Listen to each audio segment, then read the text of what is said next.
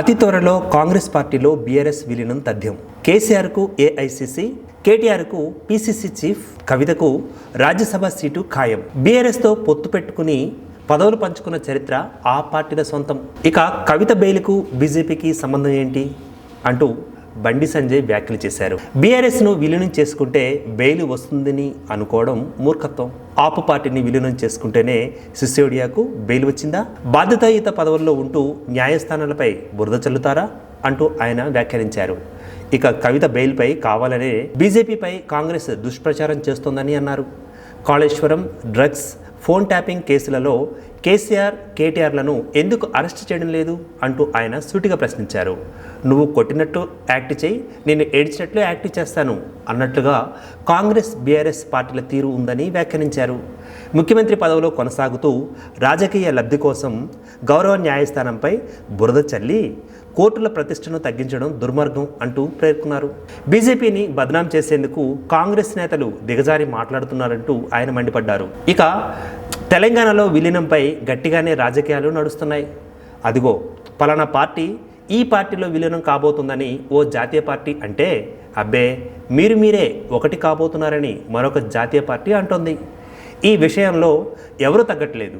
ఈ అన్నింటిలోనూ కామన్గా బీఆర్ఎస్ పార్టీ మాత్రం ఉంటుంది. బీజేపీతో బీఆర్ఎస్కు సన్నిహిత సంబంధాలు ఉన్నాయని అన్నది కొన్నేళ్లుగా నడుస్తున్న విషయమే. అయితే ఈ మధ్య బీఆర్ఎస్ను కాంగ్రెస్ ఓ రేంజ్లో బంతాట ఆడుకుంటోంది.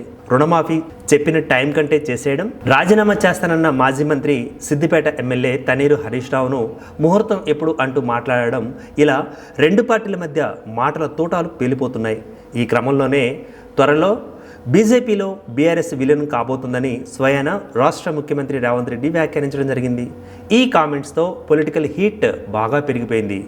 దీనిపై ఇప్పటికే బీఆర్ఎస్ నుంచి స్ట్రాంగ్ రియాక్షన్ రాగా తాజాగా బీజేపీ నుంచి కౌంటర్ వచ్చేసింది. అందులో భాగంగానే బండి సంజయ్ చేసిన వ్యాఖ్యలు. బీజేపీలో బీఆర్ఎస్ కాదు, కాంగ్రెస్లోనే బీఆర్ఎస్ విలీనం కాబోతుందని కేంద్ర హోం సహాయ మంత్రి బండి సంజయ్ కుమార్ ఉన్నట్టుండి బాంబు పేల్చారు. దీంతో రాష్ట్ర రాజకీయాలు మరింత హీట్ ఎక్కాయి. బండి రిలీజ్ చేసిన ఈ ప్రకటనపై ఇటు మీడియాలోనూ అటు సోషల్ మీడియాలోనూ పెద్ద ఎత్తున చర్చ కొనసాగుతోంది. ఇక బీఆర్ఎస్ పార్టీది ముగిసిన అధ్యాయం. ప్రజలు చిత్కరించిన ఆ పార్టీతో పొత్తు పెట్టుకోవాల్సిన కర్మ బీజేపీకి లేదు. బీఆర్ఎస్ను విలీనం చేసుకోవాలని కాంగ్రెస్ తహతహలాడుతోంది. పథకం ప్రకారమే ఆ పార్టీ ఎమ్మెల్యేలను కాంగ్రెస్లో చేర్చుకుంటుంది అని అన్నారాయన. అతి త్వరలోనే కాంగ్రెస్లో బీఆర్ఎస్ విలీనం కావడం తథ్యం అంటూ వ్యాఖ్యానించారు. కేసీఆర్ను ఏఐసీసీ వర్కింగ్ ప్రెసిడెంట్, కేటీఆర్ను పీసీసీ చీఫ్, హరీష్ రావుకు మంత్రి, కవితమ్మకు రాజ్యసభ పదవులు దక్కడం ఖాయమంటూ వ్యాఖ్యానించారు. అంత ఉబలాటం అంటే రాజ్యసభ ఎన్నికలు వస్తున్నందున కవితను కాంగ్రెస్ పక్షాన రాజ్యసభకు పంపిన ఆశ్చర్యపోనవసరం లేదు అంటూ బండి వ్యాఖ్యానించారు. గతంలోనూ బీఆర్ఎస్తో పొత్తు పెట్టుకోవడంతో పాటుగా మంత్రి పదవులు పంచుకున్న చరిత్ర కాంగ్రెస్కే ఉందని అన్నారు. ఇక బీఆర్ఎస్తో కాంగ్రెస్ దాగుడు మూతల వ్యవహారం జగమెరిగిన సత్యమేనంటూ పేర్కొన్నారు. సీఎం రేవంత్ రెడ్డికి, కాంగ్రెస్ నేతలకు ఏమాత్రం చిత్తశుద్ధి ఉన్నా కాళేశ్వరం సహా అన్ని అంశాలలో వేల కోట్ల రూపాయల అవినీతి, అక్రమాలకు పాల్పడిన కేసీఆర్, కేటీఆర్లను జైలుకు పంపాలంటూ ఆయన అన్నారు.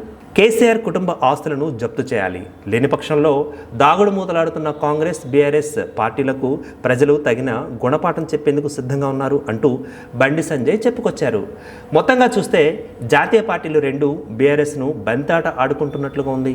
ఈ వ్యవహారంపై బీఆర్ఎస్ నుంచి ఎలాంటి రియాక్షన్ వస్తుందో వేచి చూడాలి మరి.